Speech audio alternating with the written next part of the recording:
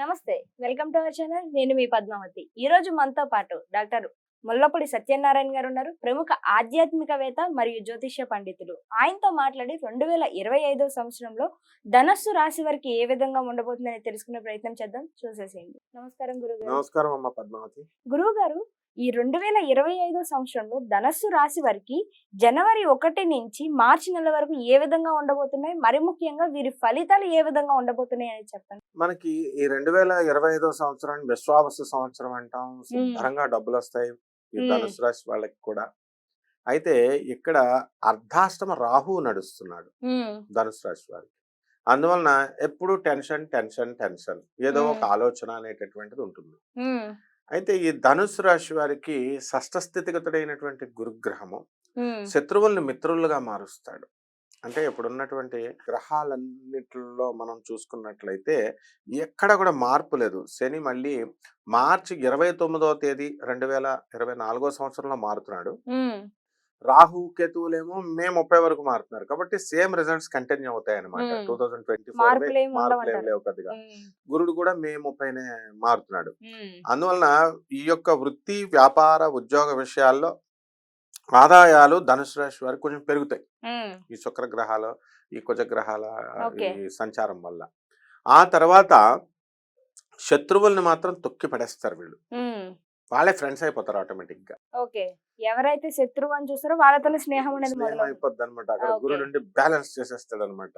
అంటే ఇప్పుడు పూర్వభద్ర నక్షత్రం ఉన్న నీలాంటి అమ్మాయిలు పరిచయం అవుతారు అనుకో వాళ్ళకి. ఫర్ ఎగ్జాంపుల్, వాళ్ళు ఆటోమేటిక్ గా మిత్రత్వం, అందరితో మంచిగా ఉండాలి, అందరితో మంచిగా ఉండాలా అని గురువులు బోధిస్తూ ఉంటే ఆటోమేటిక్ అటువంటి వ్యక్తులు తయారవుతారు వీళ్ళకి. అటువంటి వ్యక్తులు తారసపడడం వల్ల వీళ్ళు ఏం చేస్తారంటే అందరితో మంచిగా ఉంటారు. ఆటోమేటిక్ గా శత్రువు కూడా మంచిగా అయిపోతారు. ఈ విధంగా మనం సాధారణంగా రాశి ఫలాల్లో చెప్పుకున్నప్పుడు మనం ఏమనుకుంటామంటే ఆకాశంలో నుంచి ఏదో గ్రహం వచ్చి ఆ గురుగ్రహం శత్రువుల్ని ఇలా మార్చేస్తుంది అట్లా అనుకుంటారు. కాదు, మనకి అట్లాంటి వ్యక్తులు తారసపడతారు మంచి బోధించే వాళ్ళు. అప్పుడు ఆ గ్రహం మనం మంచిగా నేర్చుకుంటాం, వాళ్ళు మనకి మిత్రులు అయిపోతారు. ఈ విధంగా ఈ ధనుస్సు రాశి వారికి ఇంతకుముందు రియల్ ఎస్టేట్ వ్యాపారం చేసేటటువంటి వాళ్ళు ఉన్నారు. అవి కదలవు. ఆడేమో కుజుడేమో అక్కడ కర్కాటక రాశిలో నేర్చపెట్టాడు, కదలవు. వీళ్ళేమో 10 సంవత్సరాలకు తగ్గ రేట్లు ముందే పెట్టేసి ఉండడం వల్ల ఎవరి దగ్గర డబ్బులు లేవు సాఫ్ట్వేర్ వాళ్ళు కొనుక్కోవడానికి కూడా. ఇవి ఫ్యాక్టర్స్. కానీ ఈ 3 నెలల్లో కాస్త మార్పు అనేది ధనుసు రాశి వారికి వస్తాయి. రియల్టర్స్ కి, అంటే రియల్ ఎస్టేట్ వ్యాపారం చేసేటటువంటి వాళ్ళు కొద్దిగా మూవ్ అవుతుంది. అలాగే ఈ బిల్డర్స్ ఉంటారు. బిల్డర్లు ఫ్లాట్లు కట్టేసి పాపం వడ్డీకి తెచ్చి చాలా డబ్బుతో ఒకప్పుడు అవ్వలేలగా అమ్మినటువంటి వాళ్ళు ఇప్పుడు స్తంభించబడింది, అమ్మలేకపోతున్నారు. అటువంటి వాళ్ళకు కొంచెం కదులుతుంది. ఆ తర్వాత విద్యార్థులు 6వ ఇంట్లో ఉన్నటువంటి గురుగ్రహ ప్రభావం వలన వీళ్ళు ఎక్కువగా చదవాల్సినటువంటి అవసరం ఉంది ఇప్పుడు. చదువుతున్న దాని మీద ఇంకొంచెం ఎక్కువ చదవాలి, లేకపోతే ఫెయిల్ అయిపోతారు ఏకంగా. అంటే బుక్ తెస్తాడు పాపం చదువుదామని, ఫ్రెండ్ ఫోన్ చేస్తాడు బయటకు వెళ్దామని, ఇలా డిస్టర్బెన్స్ ఏదో ఒకటి డిస్టర్బెన్స్. కాబట్టి వీళ్ళు అవన్నీ దాటుకోవాలా, ఎక్కువ చదవాలా. తర్వాత పెళ్ళిళ్ళు చేసుకోవాలనుకునేటటువంటి వాళ్ళు వీళ్ళకి లవ్ మ్యారేజీలు అయిపోతాయి.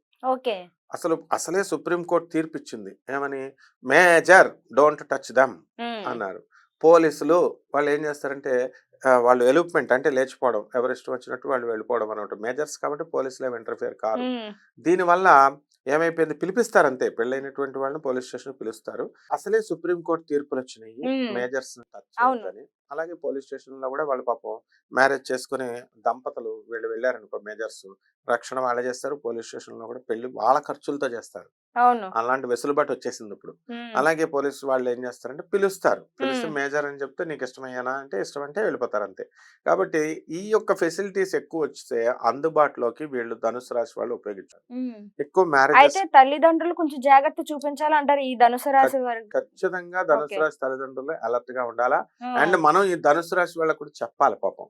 ఈ యువకులు ఎవరైతే పెళ్లి చేసుకోవాలనుకుంటున్నారో వీళ్ళ అమ్మా నాన్నకి చెప్పకుండా వెళ్ళిపోకూడదు. వెళ్ళిపోయినట్లయితే ఈ అట్రాక్షన్ అనేటటువంటిది అవతల వాళ్ళు 10 లవ్ మ్యారేజెస్ లో 8 ఫెయిల్యూర్స్ ఉంటాయి, ఏదో 1 2 సక్సెస్ అవుతాయి. కాబట్టి తేల్చుకోవాల్సినటువంటి అవసరం వీళ్ళకి పాపం అంత వయసు ఆ మెచ్యూరిటీ రాదు. అంటే లవ్ మ్యారేజ్ అయితే చేసుకుంటారు కానీ వీళ్ళకి ఆ సఖ్యత ఉండే అవకాశం చాలా తక్కువ ఉందంటారు. ఎందుకంటే ధనుసు రాశి వాళ్ళు ఇప్పుడు విడాకులు, గొడవలు, గురుబలం లేదు కదా, అందువలన తర్వాత విదేశాల పిచ్చి ఎక్కువైపోయింది ఇప్పుడు. విదేశాలకి వెళ్ళాలి అనుకునేటటువంటి వాళ్ళకి ఇది విదేశాలకు వెళ్తారు. ఓకే. మరి మిస్టిక్ గా కేతుగ్రహ సంచారం మనకి కన్యా రాశిలో ఉండడం వల్ల విదేశాలకు వెళ్ళాలనుకునేటటువంటి వాళ్ళు వెళ్ళగలుగుతారు. ప్రైవేట్ ఉద్యోగస్తులు అందరూ కూడా వాళ్ళకి మంచి అవకాశాలు వస్తాయి, యాజమాన్యాలు గుర్తిస్తాయి, విదేశాలకు పంపిస్తారు, వేరే వేరే ప్లేసెస్ కి వాళ్ళు వెళ్ళాలనుకునే వాళ్ళు వెళ్తారు. ఈ విధంగా ఈ యొక్క ధనుసు రాశి వారికి అంతా కూడా బాగుంది. అయితే మరి ఆరోగ్యపరంగా వీళ్ళకి బాగుండదు ధనుసు రాశి వారికి.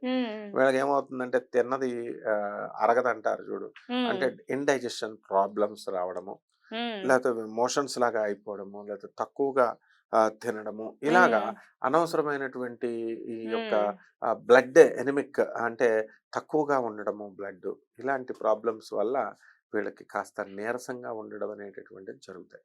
అయితే వీళ్ళు తగినటువంటి మెడికేషన్ కనుక తీసుకున్నట్లయితే తప్పకుండా వీళ్ళ యొక్క రోగాలు నయమైపోతాయి, కంట్రోల్ అవుతాయి అన్నమాట. ఆ విధంగా అన్ని పరిస్థితులు బాగున్నాయి ధనుసు రాశి వారికి. మరి ఈ ధనుసు రాశి వారు ఈ ఆరోగ్యపరంగా బలపడడానికి ఏ పరిహారాలు చేయొచ్చు అంటారు? చేయాలి, రోజు సూర్య నమస్కారాలు చేసుకోవాలా, సూర్యుడికి సూర్యోదయానికంటే ముందు లేవాలా, తర్వాత సూర్యుడికి అర్ఘ్యాలు వదలాలా, ఆదిత్య హృదయాలు చదువుకోవాలా, ఆదివారం నాడు మనం నాన్ వెజిటేరియన్ ఫుడ్ ఇంట్లో వండకూడదు, తినకూడదు వీళ్ళు. ఓకే, ఇక నుంచి ఆదివారం నాడు దీన్ని అవాయిడ్ చేయమంటారు పూర్తిగా. కంపల్సరీ. అలాగే మగవాళ్ళు ఉంటారు, మగవాళ్ళు వాళ్ళు మద్యం సేవించే అలవాటు ఉన్న వాళ్ళు ఆ రోజు ముట్టుకోకూడదు, కనీసం సిగరెట్లు కూడా తాగకూడదు. ఎందువల్లంటే ఏ గ్రహాల పూజ, ఏ దేవుళ్ళ పూజ అయినా కొంచెం ఎగ్జంప్షన్స్ ఉంటాయి, వాళ్ళు పొరపాటున చేస్తే వాళ్ళు ఏం పట్టించుకోరు. కానీ నవగ్రహాల్లో రవి మాత్రం కంపల్సరీ మధుమాంసాలని వీటినన్నిటిని కూడా నిషిద్ధం ఆ రోజు. అలాగే ఆర్క పుష్పాలు అంటే జిల్లేడి తెల్ల పువ్వులు ఉంటాయి కదా, ఆ జిల్లేడి పువ్వులతో వీళ్ళు మనం శివుడికి కానీ ఆంజనేయ స్వామి వారికి కానీ లేదా ఈ యొక్క సూర్యుడికి ప్రత్యక్ష నారాయణుడు కాబట్టి సూర్యుడికి కనుక సమర్పించితే నవగ్రహాల దేవాలయంలో సూర్యుడి విగ్రహం ఉంటుంది కదా, అక్కడ వేయచ్చు. ఏమండి మాకు సూర్యుడి విగ్రహం లేదంటే మన దేవుడి గదిలో పెట్టొచ్చు మనం. సూర్యుడు సాక్షాత్తు తూర్పు దిక్కుకి అధిపతి, ఆయన ప్రత్యక్ష నారాయణుడు.